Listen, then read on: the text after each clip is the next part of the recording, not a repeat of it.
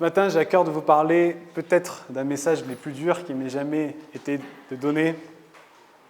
On va regarder ensemble au texte d'Ananias et Saphira. Et le titre de mon message ce matin, aussi surprenant que cela peut être, c'est Ananias et Saphira, la grâce manifeste de Dieu. Et je prie qu'en sortant de ce lieu, on puisse voir dans ce récit uniquement la grâce de Dieu, parce que c'est de ça qu'il est question. Et vous allez voir que c'est fabuleux. Une histoire qui est difficile, qui, quand on la lit, est dérangeante, il faut bien l'avouer, et même bouleversante. Et cette histoire, elle installe souvent comme un... Je ne sais pas si vous l'avez déjà fait, quand on le lit, mais ça installe une espèce de mal-être en nous. Et on a du mal à considérer une telle sévérité de Dieu. On a du mal à considérer comment Dieu a pu frapper ces gens si sévèrement dans le Nouveau Testament, dans une alliance qui est nouvelle, qui nous concerne nous aussi.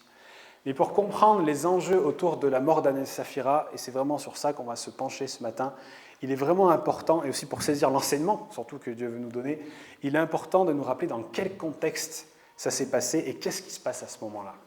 Et quand on comprend le contexte et ce qui se passe à ce moment-là, vous allez voir que ça va éclairer toutes les incompréhensions de nos cœurs. Cette histoire, elle fait suite à deux histoires. La première histoire, elle se trouve dans Actes au chapitre 4. Et on voit dans cette histoire, on ne va pas la lire, mais que Pierre et Jean ont été arrêtés par les autorités du temple, par les autorités religieuses, parce qu'ils voulaient connaître et savoir par quelle puissance les apôtres arrivaient à amener tant de gens à suivre le Seigneur et finalement à accomplir aussi de tels miracles. Pour les autorités religieuses de l'époque, c'était un casse-tête. Ils ne comprenaient pas. Et ils voulaient comprendre. Du coup, ils ont dit, vous allez arrêter Pierre et Jean, on va les convoquer et on va leur poser 2-3 questions. Et c'est ce qu'ils ont fait, ils les ont convoqués, ces autorités juives, et on voit qu'ils vont leur poser des questions, et même face à ces questions et les réponses que Pierre et Jean vont donner, eh bien, ils ne vont pas, et ça apparaît vraiment dans le texte, ils ne vont pas réussir à réaliser et à reconnaître l'instruction que le Saint-Esprit a donnée miraculeusement à ces hommes-là. À un point que même quand on les voyait prêcher, les gens disaient mais eux qui n'ont reçu aucune instruction, comment c'est possible que ces gens-là arrivent à parler ainsi et donner un tel enseignement?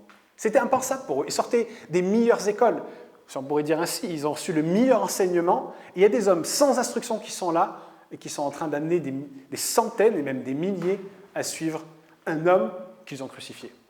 Et ça, c'est un vrai problème pour eux. Et on voit que sous l'inspiration du Saint-Esprit, Pierre va faire preuve d'un courage mais incroyable. Il est devant ces hommes-là et il va prendre la parole et il ne va pas se dégonfler, mais bien au contraire les reprendre. Il va les accuser d'avoir crucifié Jésus en disant que vous n'avez pas su reconnaître celui que Dieu a envoyé, vous n'avez pas su reconnaître que tout ce que les prophètes ont annoncé s'est manifesté dans cet homme. Et il va vraiment appuyer là-dessus et il va leur dire cette vérité importante qui n'y a été donnée dans le ciel et sur la terre, aucun nom par lequel nous puissions être sauvés, si ce n'est celui de Jésus-Christ. Et il va annoncer ces choses. Et ces hommes-là vont être dans une confusion totale. Et ils vont être très énervés. Vous savez pourquoi ils sont énervés? On ne réalise pas toujours. C'est que lorsque Pierre a dit ça à ces hommes, il leur a dit « Maintenant, on n'a plus besoin de vous, on a le Saint-Esprit et on va enseigner et Jésus est mort à la croix pour nous », d'une certaine manière, il leur a dit « C'est terminé pour vous les gars. C'est fini, vous n'avez plus de travail là. C'est terminé, on n'a plus besoin de vous. » Et en fait, ça ôtait cette mainmise qu'ils avaient sur le temple, cette mainmise qu'ils avaient sur les gens, et ça c'était quelque chose qui était trop difficile, trop agaçante pour eux. Et donc, par ces paroles, Pierre, et ça il faut vraiment le comprendre, a d'une certaine manière scellé la fin du judaïsme. Il a dit maintenant c'est terminé avec cette loi de l'Ancien Testament, et maintenant c'est une nouvelle alliance par le Saint-Esprit, par ce que Jésus a accompli à la croix, et maintenant nous avons le Saint-Esprit en nous, et tous peuvent faire avancer son royaume sur la terre. Ça, c'est une première histoire qu'il faut bien comprendre et garder ça en tête. Parce qu'une fois que cet événement-là est passé, ils les ont relâchés parce qu'ils n'avaient rien contre eux. Et une autre histoire prend place, enfin une autre histoire, une description importante, c'est que la personne qui a écrit le livre des Actes, c'est Luc. Et Luc, c'est très intéressant parce qu'il donne beaucoup de descriptifs. Et on voit que dans le chapitre 4, versets 32 à 35, on va le lire, mais Luc va donner du détail sur cette nouvelle église naissante et sur ce qui caractérise cette église. Et ce qui caractérise cette église va nous permettre de comprendre ce qui est arrivé à Ananias et Saphira.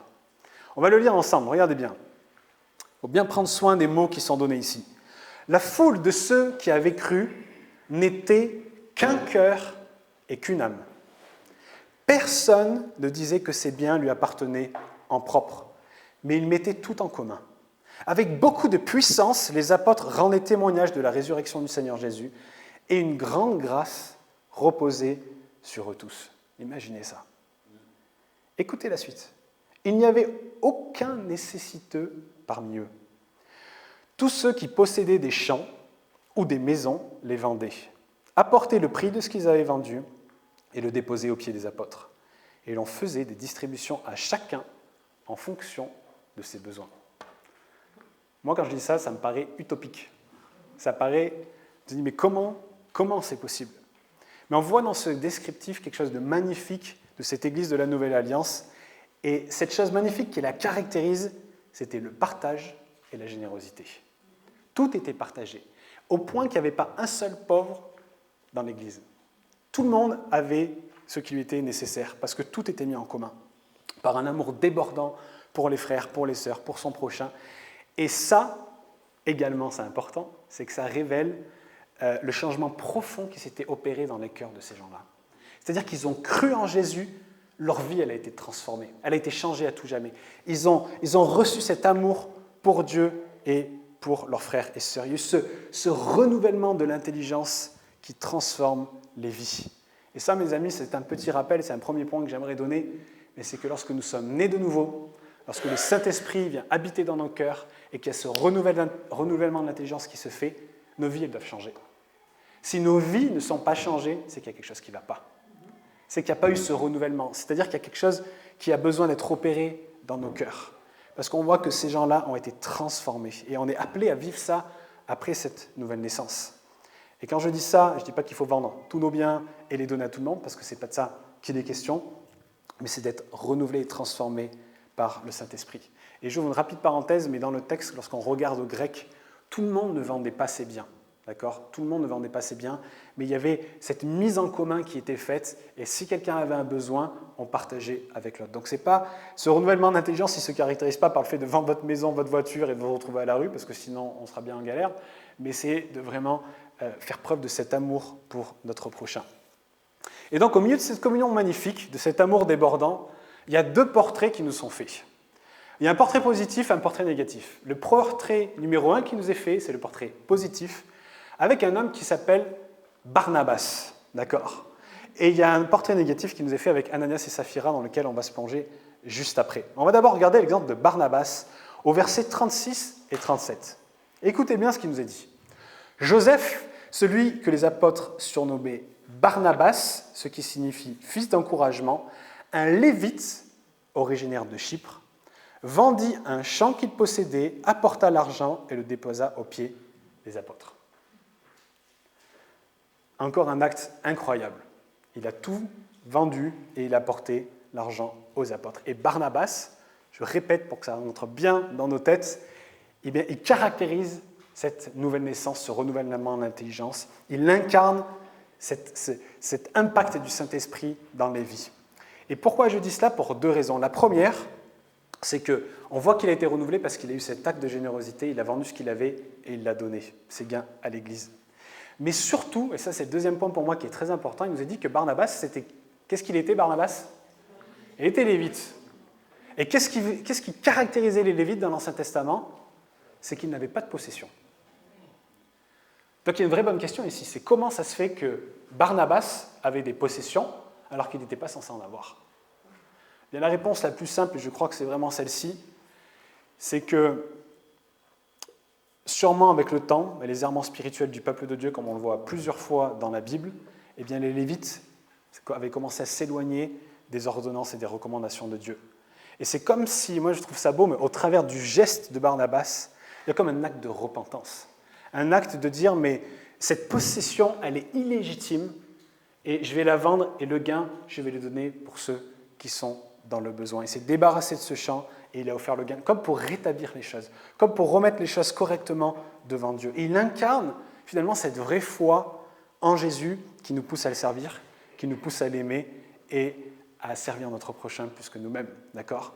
Et donc cet homme avait véritablement changé par l'œuvre de Dieu en lui. Maintenant que ces quelques histoires que je vous ai racontées sont bien établies, on va se pencher maintenant sur le cas d'Ananias et Saphira et on va voir ce que le Seigneur veut nous dire au travers de cela. On va apprendre le chapitre 4, si je ne dis pas de bêtises, ou 5, je ne l'ai pas noté, je crois que c'est 4, 5, à partir du verset 1. On va vraiment prendre le temps de lire ça attentivement. Et vraiment, Saint-Esprit, que tu nous parles au travers de ce texte. Il y a un premier mot important, il nous dit « cependant ». Donc, appuyant l'inverse de quelque chose qui s'est passé avant, à savoir Barnabas. Un homme appelé Ananias, avec Saphira, sa femme, vendit une propriété et garda une partie du prix en accord avec sa femme. Il apporta le reste et le déposa aux pieds des apôtres. Pierre lui dit « Ananias, pourquoi Satan a-t-il rempli ton cœur au point que tu es menti au Saint-Esprit et gardé une partie du prix du champ? S'il n'avait pas été vendu, ne te restait-il pas? Et après l'avoir vendu, n'avais-tu pas le droit de disposer du prix? Comment as-tu pu former dans ton cœur un pareil projet? Ce n'est pas à des hommes que tu as menti, mais à Dieu. » Quand Ananias entendit ces paroles, il tomba et expira. Une grande crainte s'empara de tous ceux qui l'apprirent. Les jeunes gens, très important, les jeunes de l'Église, se levèrent pour envelopper le corps, puis ils l'emportèrent pour l'enterrer. Environ 3 heures plus tard, sa femme entra sans savoir ce qui était arrivé. Pierre lui adressa la parole et lui dit « Dis-moi, est-ce bien à ce prix que vous avez vendu le champ ?» « Oui, répondit-elle, c'est à ce prix-là. » Alors Pierre lui dit « Comment avez-vous pu vous mettre d'accord pour provoquer l'Esprit du Seigneur? Ceux qui ont enterré ton mari sont à la porte et ils vont t'emporter toi aussi. » Elle tomba immédiatement aux pieds de l'apôtre et expira. Quand les jeunes gens rentrèrent, ils la trouvèrent morte et l'emportèrent pour l'enterrer à côté de son mari. Une grande crainte s'empara de toute l'Église et de tous ceux qui apprirent ces événements. Et très honnêtement, quand je lis ce passage, ça me donne une grande crainte à moi aussi. C'est un texte qui est dérangeant, qui est difficile à lire. Parce que la vérité est que c'est même si on prend le péché et la crainte de Dieu au sérieux, mourir soudainement, et dans le cas d'Ananias, sans même possibilité de repentance, c'est quelque chose qui est vraiment choquant. C'est quelque chose qui nous fait réfléchir. Et ce qui est fort, c'est que Pierre ne laisse aucune chance à Ananias de se repentir, alors que quelque temps avant, lorsqu'il était dans le temple et qu'il accusait les autorités religieuses d'avoir crucifié Jésus, il leur a laissé une opportunité de se repentir. Et on lit ça, et on dit, mais pourquoi? Pourquoi une telle sévérité? On dirait qu'il y a comme 2 poids, 2 mesures. Et on se demande du coup comment interpréter la mort d'Ananias et Saphira. Parce qu'on voit comme pour Barnabas, et ça c'est très important, qu'Ananias et Saphira n'étaient aucunement obligés de vendre leurs biens. Personne ne leur a demandé de le faire et de le donner. Mais ils ont choisi de le faire en cachant le fait qu'ils ont gardé une partie du bénéfice pour eux, tout en faisant croire qu'ils avaient tout donné. Et finalement, le but d'Ananias et Saphira, c'est d'avoir une réputation de générosité similaire à celle de Barnabas. C'est-à-dire qu'ils ont trompé l'Église en gardant une partie du bénéfice et en se montrant plus généreux que ce qu'ils n'étaient en réalité. Alors que rien ne leur était demandé. D'accord? Et encore une fois, nombreux étaient ceux qui gardaient leur maison, qui gardaient leur travail, qui gardaient leur propriété, donc rien ne leur avait été demandé. Et j'ouvre une rapide parenthèse là-dessus et je le développerai une prochaine fois. Mais on se rend compte d'une chose, c'est que Ananias et Saphira n'avaient aucune idée de la pression qui s'élèverait de la part de l'esprit de Mammon. Et l'esprit de Mammon, dans la Bible, c'est quelque chose qu'on retrouve souvent, qui incarne finalement cette entité démoniaque derrière l'argent, cette entité démoniaque qui veut notre adoration, notre amour, notre service. Le monde est esclave de l'argent, on le voit bien aujourd'hui, c'est une puissance spirituelle qui est derrière cela. Et donc Ananias et Saphira ne mesuraient pas combien ça allait être difficile, et les biens qu'ils ont vendus se sont retrouvés être de l'argent qui était un poison pour eux. Vous Vous savez, moi je suis dans l'immobilier et il y a une différence fondamentale entre les biens et l'argent. Les biens, c'est quelque chose qui est indivisible. L'argent, c'est quelque chose qui se compte, qui se divise, qui se transporte, qui se donne. On peut en prendre une partie, en donner une autre. Une maison, on vend la maison, on ne vend pas la cuisine. On vend la totalité. Et finalement, on se rend compte que s'ils avaient donné l'acte de propriété de leurs biens à Pierre et Jean, ils s'en seraient beaucoup mieux sortis que de vendre la propriété, avoir l'argent et devoir redistribuer l'argent. Peut-être même qu'ils l'ont vendu plus cher que ce qui était prévu. Ils se sont dit, pétard, c'était plus que ce qu'on avait prévu, on devrait en garder une partie. Je sors du texte en disant ça, mais peut-être que c'était ça. Mais quoi qu'il en soit, cet argent qui s'est retrouvé dans leurs mains est devenu quelque chose qu'ils n'ont pas su gérer. Alors que si ils avaient donné l'acte de propriété, ça aurait été beaucoup plus facile. Et finalement, ils ont été poussés par maman à attribuer une puissance à l'argent, puis il leur est venu l'idée de retenir une certaine somme pour eux-mêmes et de revenir, ce faisant, sur l'engagement qu'ils avaient pris pour Dieu. Parce que quand ils ont vendu, ils savaient qu'ils allaient donner l'argent. Donc ils avaient pris un engagement devant Dieu. Et quand ils ont eu l'argent en main, ils se sont ravisés. Donc cette puissance qu'est l'argent leur a fait se raviser d'une décision qu'ils avaient prise devant le Seigneur. Vous êtes avec moi là ou pas? Ok. C'est très important. Et on voit dans cela une puissante démonstration de l'impact que l'esprit de maman peut avoir sur la pensée d'un être humain. Et comment ça peut nous pousser à la malhonnêteté, même face à des résolutions qu'on a prises devant le Seigneur, et qu'on soit vraiment vigilant. C'est une petite parenthèse, mais qu'on soit vigilant avec nos finances, notre argent, la manière dont nous gérons notre argent. C'est que la manière dont on gère notre argent, ça en dit beaucoup aussi sur notre foi, et sur comment nous servons le Seigneur, et si ces biens sont à nous ou s'ils appartiennent véritablement à Dieu. Mais n'oublions jamais que l'argent appartient au système de ce monde avant d'appartenir à Dieu. Et 1 Jean, au chapitre 5, au verset 19, nous rappelle que celui qui gouverne le système de ce monde, c'est le diable. D'accord? Donc c'est une chose qu'il ne faut pas oublier. Et donc, ça s'est retrouvé comme un poison dans leurs mains, cet argent.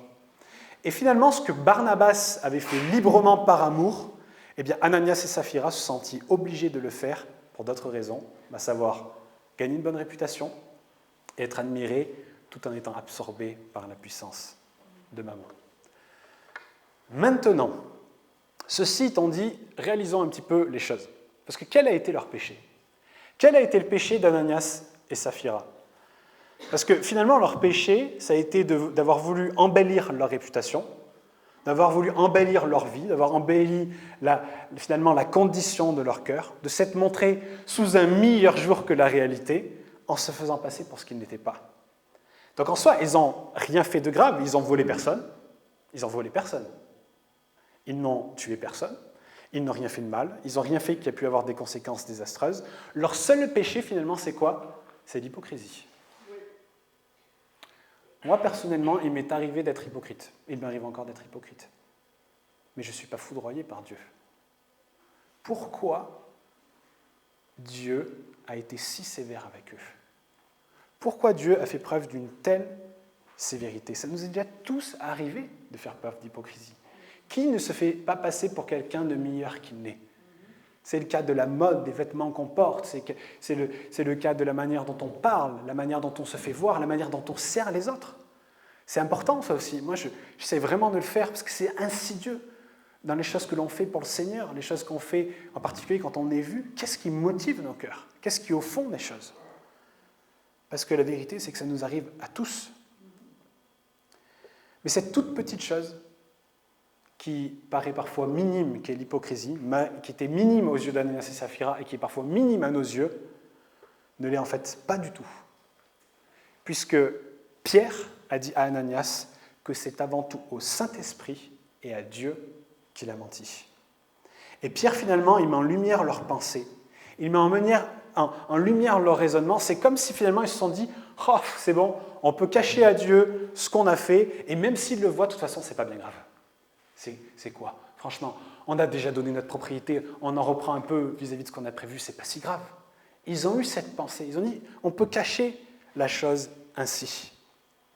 C'est quelque chose de pas très important, il n'y aura pas de conséquences. Combien de fois on fait des choses comme cela? Des fois on pêche, on se dit, mais c'est pas très grave. C'est pas grave, c'est pas vraiment des grandes conséquences. Ou on regarde à ce que fait le monde, à ce que font les autres, on se console en disant, oh là là, mais qu'est-ce que je suis bien spirituel. Finalement, je ne suis pas si mauvais que ça. Faire ci, faire ça, ce n'est pas si grave. Et c'est exactement ce que Ananias et Saphira se sont dit.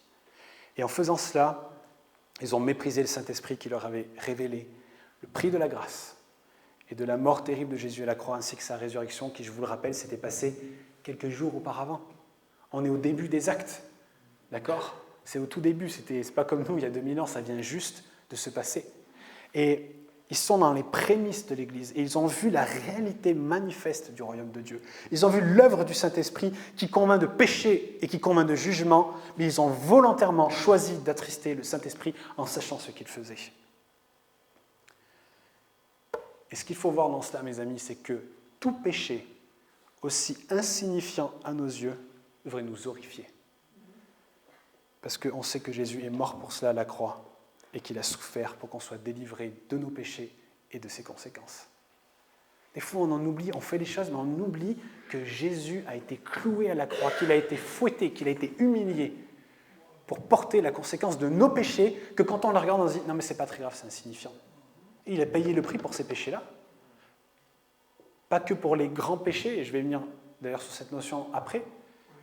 Il a payé le prix pour tous nos péchés.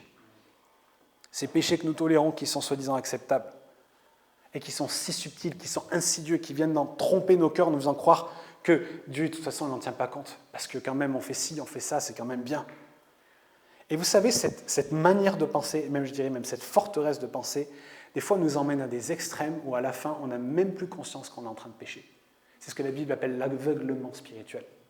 C'est qu'à un moment donné, quand on pêche tellement, eh bien, le Saint-Esprit est resté, ça c'est le premier stade, et après, la voix du Saint-Esprit est étouffée. C'est pour ça que David, il a prié, il dit « Mais Seigneur, ne m'enlève pas ton esprit, qu'il ne fût pas loin de ma face, parce que sinon je suis perdu. » Parce que le péché attriste le Saint-Esprit. Et plus on pêche, vous pouvez relire Romains 1, plus on pêche, et plus Dieu envoie une puissance d'aveuglement qui fait qu'on n'a même plus conscience qu'on pêche. Et là, c'est une voie sacrément savonneuse et dangereuse. Parce que ces péchés qui paraissent petits à nos yeux finissent toujours plus à nous conduire à des plus grands péchés. D'accord ? Les petits péchés qu'on tolère amènent à d'autres qui sont bien plus grands. Et vous savez, parfois, je vais également en parler maintenant de cette notion de petit péché, grand péché, on est tellement absorbé par notre propre sentiment de justice personnelle qu'on mesure les péchés. Par exemple, et très humainement, on dirait quelqu'un a commis un meurtre ou quelqu'un a dit un mensonge, on dirait dire un mensonge c'est moins grave que commettre un meurtre. Et d'une manière humaine, soyons cohérents, c'est vrai que c'est quand même moins grave. Mais pourquoi c'est moins grave ? Parce que de manière humaine, la justice, d'ailleurs c'est le cas dans les tribunaux, est mesurée vis-à-vis des conséquences. Quand on tue quelqu'un, les conséquences, elles sont irrémédiables. Quand je vole une voiture, je vais pouvoir donner réparation, donc c'est condamné moins. Donc de manière humaine, on mesure le péché vis-à-vis des conséquences. On met des degrés au péché. Meurtre face au mensonge, vol face à hypocrisie, jalousie face à je ne sais quoi. Et en fait, on met des étages, on fait comme une hiérarchie dans le péché. Mais la vérité, c'est qu'on oublie que Dieu n'a pas plusieurs lois, mais qu'en fait, il n'y en a qu'une seule loi. Une seule loi qui englobe tout. Et cette loi, elle n'est pas influencée par des différents degrés de gravité aux yeux de Dieu. La loi de Dieu, elle est un tout. C'est comme s'il y avait une loi totale. Et la transgression d'un seul fragment de cette loi fait de vous des personnes qui sont condamnées et des personnes comme moi qui sont condamnées. Lorsqu'on fait un tout petit truc, on se retrouve pécheur de toute la loi. C'est ce qu'il nous dit dans la parole, dans Jacques chapitre 2, verset 10, « Car quiconque observe toute la loi, mais pêche contre un seul commandement, devient coupable de tous. » Donc, en ayant une pensée mauvaise, par exemple, lorsque je me balade dans la rue, je regarde une femme, je suis autant coupable que si j'avais tué quelqu'un. C'est la même chose aux yeux de Dieu. Parce que le péché est le péché. Il n'y a pas de différents degrés. D'accord ? Et même avec la meilleure attitude du monde, on sera toujours trouvé fautif. Je suis toujours surpris quand on va dans la rue, qu'on évangélise, qu'on parle de Dieu dans la rue. Il y a des gens qui disent « Mais moi, j'ai pas besoin de Dieu, je ne pêche pas. » Vous avez déjà entendu des gens qui disent ça ? Et franchement, ils sont convaincus qu'ils ne pêchent pas. C'est des gens qui mènent des bonnes vies. Ils disent moi je ne vole pas, je suis honnête, je suis gentil, je ne dis pas de gros mots, je parle bien, je ne me sens pas concerné. Mais la vérité, c'est que même avec toutes les bonnes attitudes parfaites que vous pouvez avoir, c'est impossible. On est tous trouvés pécheurs devant Dieu. Et c'est ce que Paul nous rappelle également dans Romains, chapitre 3, verset 23. Tous ont péché et sont privés de la gloire de Dieu. Tous, sans exception. Tous. Et face à ce constat, et à la vue de cette vérité, encore je pose cette question, pourquoi Dieu a jugé Ananias et Saphira avec tant de sévérité?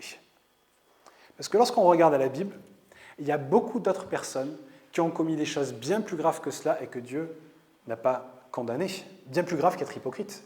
Moi-même, j'ai commis des choses bien plus graves qu'être hypocrite. Et je suis en vie, et bien des personnages dans la Bible sont restés en vie. Pensez déjà à Adam et Ève. Adam et Ève qui ont commis le premier péché, Dieu ne les a pas anéantis sur place. Pensez à Abraham qui a vendu, même pas, il l'a donné 2 fois sa femme, par peur, pour sa propre sécurité. Pensez à Moïse qui a commis un meurtre, et que Dieu n'a pas foudroyé sur place. Il y a beaucoup d'exemples comme cela qu'on pourrait trouver. Au sacrificateur Élie, Dieu ne l'a pas foudroyé sur place. Et il y a des gens comme ça dans la Bible qu'on voit, et Dieu n'a rien fait. David qui a commis l'adultère et qui a ensuite commis un meurtre. Alors pourquoi un jugement si sévère sur Ananias et Saphira? À plusieurs reprises, dans la Bible, on voit que dans des moments décisifs, dans des moments glorieux et remplis de grâce, Dieu rappelle à quel point il est saint et qu'il ne tolère pas le péché et qu'on ne peut pas abuser de la grâce de Dieu. Et j'aimerais juste vous donner quelques exemples pour que vous puissiez réaliser cela. Repensez lorsque Dieu a mis en place le tabernacle et les sacrifices. Il a mis ça en place pour pouvoir pardonner les hommes. Et c'était la famille d'Aaron qui avait été choisie. Et Aaron avait 2 fils. Et un jour, aussi bien intentionnés qu'ils étaient, ils ont pris un feu étranger pour aller à l'autel des parfums et faire brûler des parfums. Et il nous a dit qu'à ce moment-là, Dieu avait demandé que ce soit toujours le feu de l'autel, c'est que le feu est sorti et les a consumés sur place. Et on était au tout début de cette chose qui était mise en place par Dieu, à savoir le tabernacle et les sacrifices. On a les fils d'Élie. Après, les fils d'Élie, si on mesurait le péché, on pourrait se dire ils méritent un peu plus quand même. Les fils d'Élie, vous savez qu'il nous a dit que quand les gens amenaient leur sacrifice, ils prenaient une grande fourchette et hop, ils prenaient la viande pour eux. Mais ils faisaient une chose encore pire. Vous savez que dans un autre texte, il nous dit que les fils d'Élie demandaient des faveurs sexuelles aux femmes pour qu'elles soient pardonnées à l'entrée de la tente. Et un jour, Dieu les a punis sévèrement. Et il a aussi puni par la suite, d'une certaine manière. Élie est mort à l'annonce de la nouvelle de ses fils qui avaient été tués, et il en est mort. On a Uza. Souvenez-vous de l'histoire de Uza. David qui est dans la joie, tout le peuple qui loue le Seigneur, ils ont l'arche de l'Alliance avec eux, et à un moment donné, il y a le bœuf qui commence à faire pencher, et Uza, il voit le truc, il voit l'arche qui va tomber, et hop, il met sa main, et paf, Dieu le foudroie sur place, et il meurt. Qui n'a jamais eu de l'incompréhension quand on lit ce texte? C'est ce qui est arrivé à Uza. Même David n'a pas compris. David a dit, mais qu'est-ce qui s'est passé? Et un dernier exemple, pensez aussi à Akan. Est-ce que vous vous souvenez de Akan? À un moment donné, Dieu dit, vous allez aller là, vous allez dévouer tout par interdit. Quand il dit dévouer par interdit, c'est-à-dire vous allez tout tuer, tout brûler, tout. Et il a vu un manteau, et il a vu des lingots d'or, il a vu de l'or, il l'a pris pour lui. Et par un processus que Dieu a mis en place, ils ont été retrouvés. Et ils nous ont dit à ce moment-là, parce que tout le peuple était sous l'interdit, c'est-à-dire que tout le peuple était séparé de Dieu à cause de l'acte de cet homme seul. Et c'était juste avant la conquête de Canaan, c'était un épisode important. Et il nous a dit que lui et toute sa famille ont été tués, lapidés à mort par le peuple, sur la demande de Dieu. Donc on voit dans ces cas, dans des moments importants où Dieu veut déverser sa gloire, Dieu veut déverser sa grâce, Dieu est en train de faire quelque chose de fort, qu'il y a une sainteté de Dieu qui est là. Et une telle atmosphère que le péché n'a pas sa place. Lorsque la puissante présence de Dieu se révèle, se manifeste, le péché n'a pas sa place. Et c'est pour cela, moi j'aime bien prendre cet exemple, que les souverains sacrificateurs, j'avais étudié ça avec mon pasteur de l'époque, ils avaient quoi, alors, petite cheville? Des clochettes.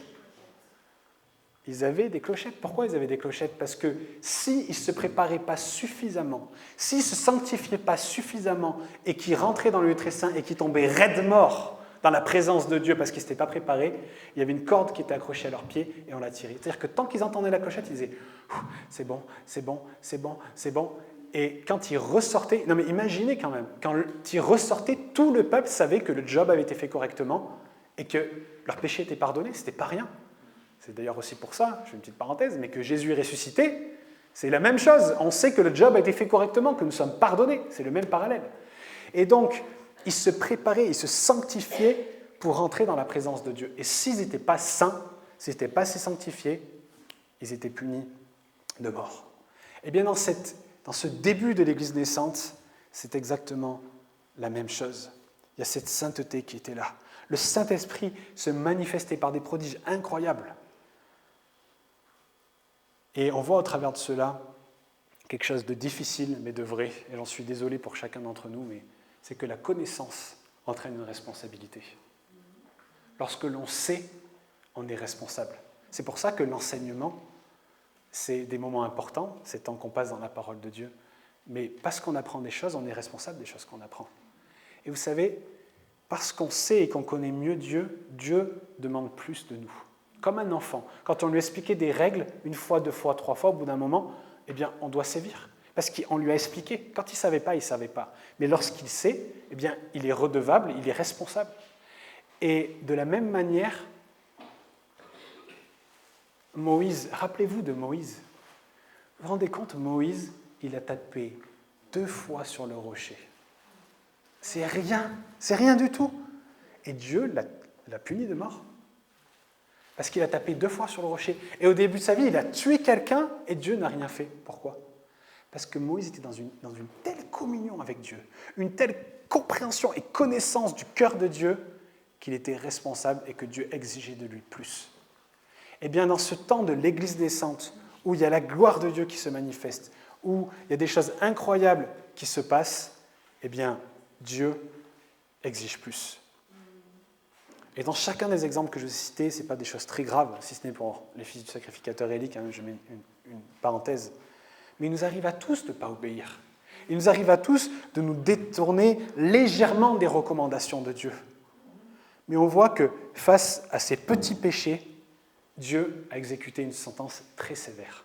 Et vous savez pourquoi Dieu a exécuté une sentence si sévère face à des si tout petits péchés ? Tout simplement parce que si Dieu ne l'avait pas fait, on n'aurait pas compris la leçon. Si c'était pour des grandes choses, on aurait dit on peut continuer à faire des petites choses.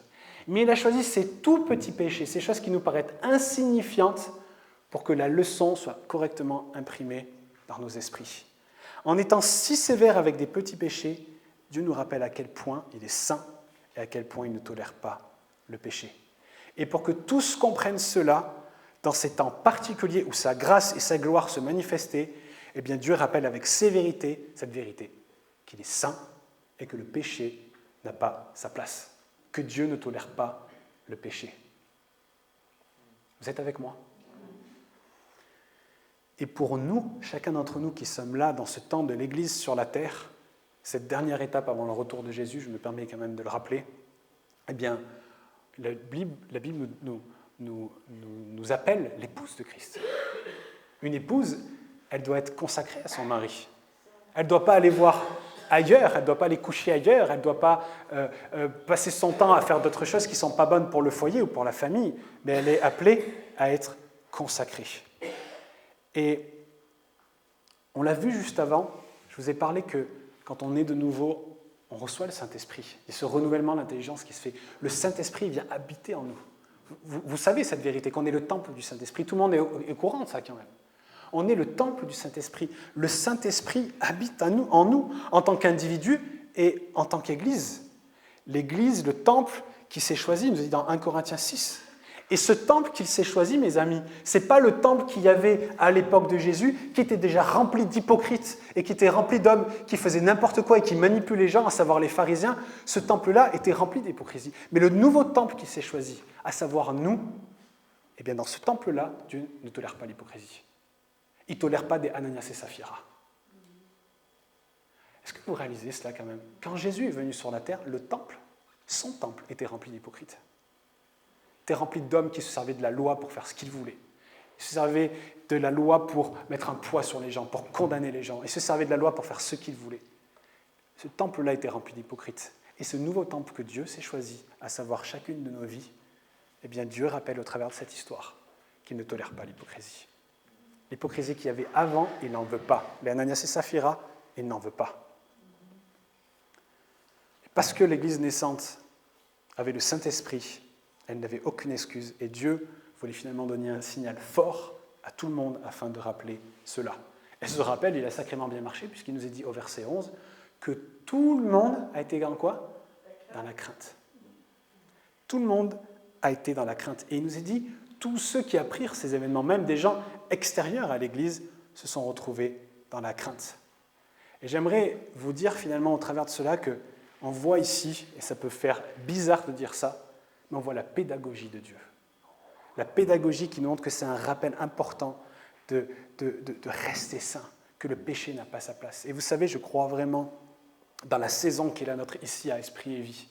On a vécu cette conférence glorieuse, on a vécu des choses incroyables. Dieu a replacé en nous ce désir pour voir le réveil. Vous êtes d'accord avec ça ou pas ? Il a placé en nous ce désir pour voir le réveil revenir dans notre nation, dans notre région. Il y a encore les écrits du réveil là-bas qui sont affichés. N'hésitez pas à aller le voir. Mais ça, mes amis, ça pourra se faire que si Dieu est avec nous. Et vous savez quel est l'ennemi de la présence de Dieu ? Qu'est-ce qui empêche que la présence de Dieu vienne ?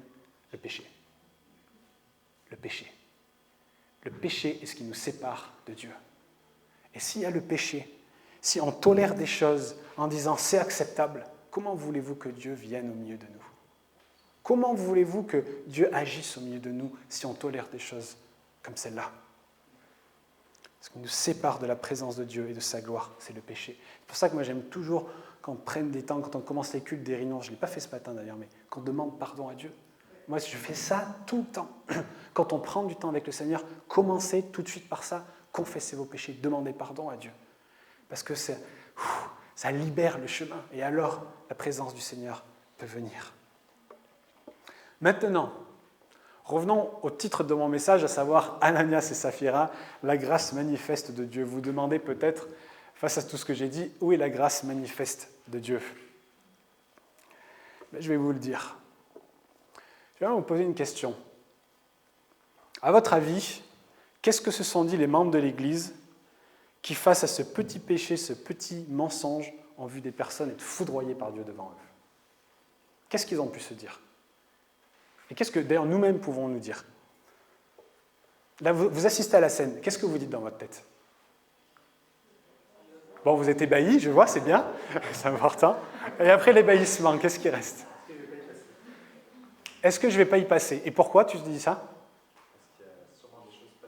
Parce que tu es potentiellement aussi sale que les autres. En fait, ce qu'on se dit, mais en fait, Dieu voit tout. En fait, mais il n'y a rien qui lui est caché. Parce que ce qu'il y avait dans le cœur des personnes présentes n'était pas moins caché que le cœur d'Ananias et Saphira. Dieu voit tout, et Dieu sait tout, et Dieu connaît tout. Maintenant, par rapport à cela, par rapport à cette vérité, est-ce qu'on réalise, j'aimerais vraiment vous inviter à réaliser cela, est-ce qu'on réalise que tous les jours, le Saint-Esprit en nous est témoin de la noirceur de nos cœurs ? Que le Saint-Esprit est témoin de ce que nous regardons ? Que le Saint-Esprit est témoin de ce que nous entendons ? Que le Saint-Esprit est témoin de ce que nous disons ? Que le Saint-Esprit est témoin de chacune de nos pensées et chacun de nos ressentis, et qu'à la vue de cela, il est profondément attristé. Est-ce qu'on réalise cela ? Vous savez, il y a quelques années, c'était en 2008-2009, j'ai rencontré un homme, c'était quelqu'un avec un ministère prophétique, et il me dit, j'ai fait un rêve qui a changé ma vie il y a quelques années en arrière. Il dit qu'il s'est levé pendant la nuit, après un cauchemar terrible. Il voyait des enfants se faire violer. Il voyait des gens se taper, se battre. Il voyait des gens dans une détresse profonde, des gens mourir de faim. Il voyait des gens qui étaient injustement traités. Et il était là, mais dans un mal-être, une terreur de voir de telles horreurs. Et il s'est réveillé, il a dit, Seigneur, mais qu'est-ce qui se passe ? Qu'est-ce que c'est que ça ? Et Dieu lui a dit, c'est les horreurs que je vois jour après jour, après jour, après jour dans mon Église. Est-ce qu'on réalise que le Saint-Esprit en nous est témoin de tout ce que nous voyons, tout ce que nous pensons, tout ce que nous entendons, tout ce que nous disons, tout ce que nous ressentons ? Vous savez, quand on pêche, moi j'ai étudié quand je pêche et que je tombe dans des bêtises, ce qui se passe, c'est qu'à un moment, hop, c'est comme si on appuie sur un bouton et c'est comme si on oublie Dieu. Et puis on fait notre truc et après on se sent mal et puis après on revient vers Dieu. Mais vous pouvez appuyer sur le bouton autant que vous voulez, le Saint-Esprit est toujours là. Dieu, il est toujours autant témoin de ce que vous faites, de ce que vous dites, de ce que vous ressentez. Et ce que je veux dire au travers de cela, c'est que Dieu voit tout et Dieu connaît tout. Et maintenant, où est la grâce de Dieu dans tout cela, mes amis? Elle est dans le fait d'être là ce matin, debout sur nos deux jambes, encore en vie. Si on est là, debout, dans notre état de péché, pas foudroyé par Dieu, c'est à cause d'une seule chose, la grâce de Dieu. Rien d'autre. Rien d'autre, rien d'autre, rien d'autre. Et l'enseignement d'aujourd'hui nous rappelle avec force l'immensité de la grâce de Dieu, parce qu'on n'est pas tous morts foudroyés. Le psalmiste, il a dit dans le psaume 130, au versets 3 et 4, il a dit « Si tu gardais le souvenir des iniquités éternelles, Seigneur, qui pourrait subsister ?» On peut répondre « personne ». Mais le pardon se trouve auprès de toi afin qu'on te craigne. La grâce doit amener la crainte de Dieu, pas la libéralité, pas le fait de pouvoir faire ce qu'on veut quand on veut. Et lorsque on lit l'histoire d'Ananias et Saphira, et j'espère que maintenant va s'opérer un switch dans vos pensées, on lit cette histoire, on dit mais c'est invraisemblable que Dieu ait pu être si sévère avec eux. C'est la première pensée qu'on a quand on lit cela. Mais en réalité, c'est tout l'inverse. C'est tout l'inverse, mes amis. Ce qui est extraordinaire, c'est que Dieu use d'une si grande patience envers nous et nous fasse grâce sur grâce à chaque instant face à notre péché, alors que la Bible déclare clairement que le salaire du péché, c'est la mort. Si le salaire du péché, c'est la mort et que vous êtes pécheur, que vous êtes encore en vie aujourd'hui, c'est par la grâce de Dieu.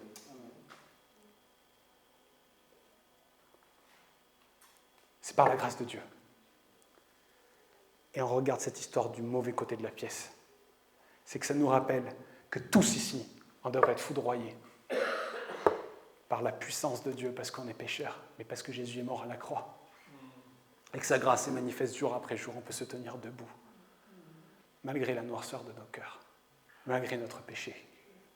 Dieu, dans sa grâce, nous fait tenir debout et nous anéantit pas alors qu'on le mériterait, parce que le salaire du péché, c'est la mort. La mort à long terme, la mort à court terme, vous pouvez mettre ce que vous voulez derrière.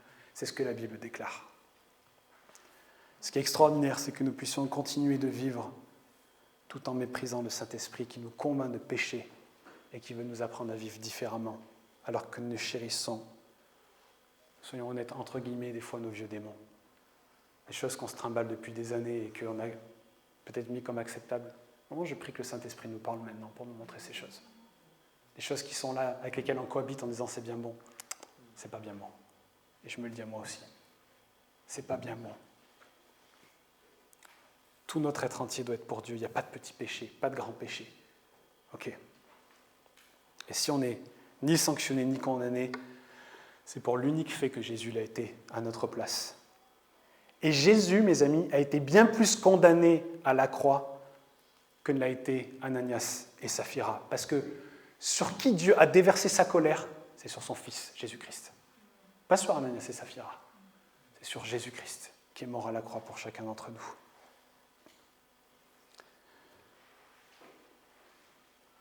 Et on est dépendant jour après jour de la grâce infinie de Dieu qui nous fait nous tenir debout. Et en plus de cette grâce, l'histoire d'Ananias et Saphira, et j'arrive sur le dernier point que j'aimerais parler avec vous, nous pousse également, comme ces hommes et ces femmes, quand ils ont vu cela, à la crainte de Dieu. À être dans la crainte de Dieu. Vous savez, c'est des choses qu'on ne prêche pas souvent aujourd'hui. Pas des choses qui font crier de joie et qui rassemblent les foules, mais c'est important, c'est la parole de Dieu. Dieu n'a pas changé. Dieu, il est le même, hier, aujourd'hui, éternellement. Et il veut nous apprendre la crainte du péché, la crainte de Dieu et la haine du péché. Le moindre petit péché, un petit mensonge, une petit truc qu'on fait de malhonnête, tout péché est très sérieux.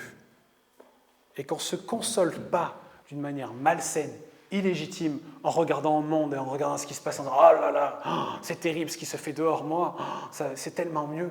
Mais quand on se dit ça, on n'a rien compris. Petit, grand, ça n'existe pas. Se comparer ne change rien au fait que le péché n'est pas acceptable et que la grâce de Dieu est suffisamment grande pour tout péché. Qu'on arrête de se comparer. Quand on sera devant le trône de Dieu, on ne va pas dire « oui, mais regarde lui ». En plus, la comparaison, il n'y a rien de pire. Si vous comparez quelqu'un de moins bien que vous, ça va vous enorgueillir. Si vous comparez quelqu'un de mieux, vous allez vous culpabiliser. Ça ne sert à rien, la comparaison. Mais qu'on réalise cela, ce n'est pas en se comparant qu'on va pouvoir rendre certains péchés acceptables ou pas. C'est vraiment, vraiment important. On n'est pas mieux que le monde. Et le moindre petit péché est grave et sérieux. Et si on les méprise, si on les accepte, on méprise la sainteté de Dieu et le sacrifice de Jésus à la croix. Il y a un passage dans la Bible qui dit que lorsque, je crois que c'est ça, je ne suis pas sûr, mais lorsque on a été avec Dieu, qu'on a connu le Seigneur et qu'on abandonne le Seigneur, c'est comme si on avait crucifié le Christ. Je crois que c'est ça le passage. On se retrouve à bafouer la grâce immense que Dieu a accomplie pour nous à la croix. Alors à la vue de cela, comment être renouvelé dans notre manière de voir certains péchés comme acceptables, de voir nos cœurs? Déjà, comme je priais tout à l'heure, la première chose à comprendre, c'est que par nos propres forces, on ne peut rien du tout. Oui.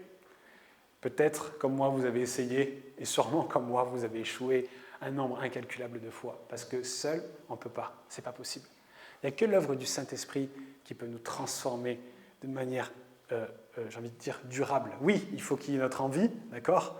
Mais on a besoin du Saint-Esprit. Et c'est une chose aussi, j'aimerais vous dire, qu'on a vraiment reçue pour cette année avec les responsables.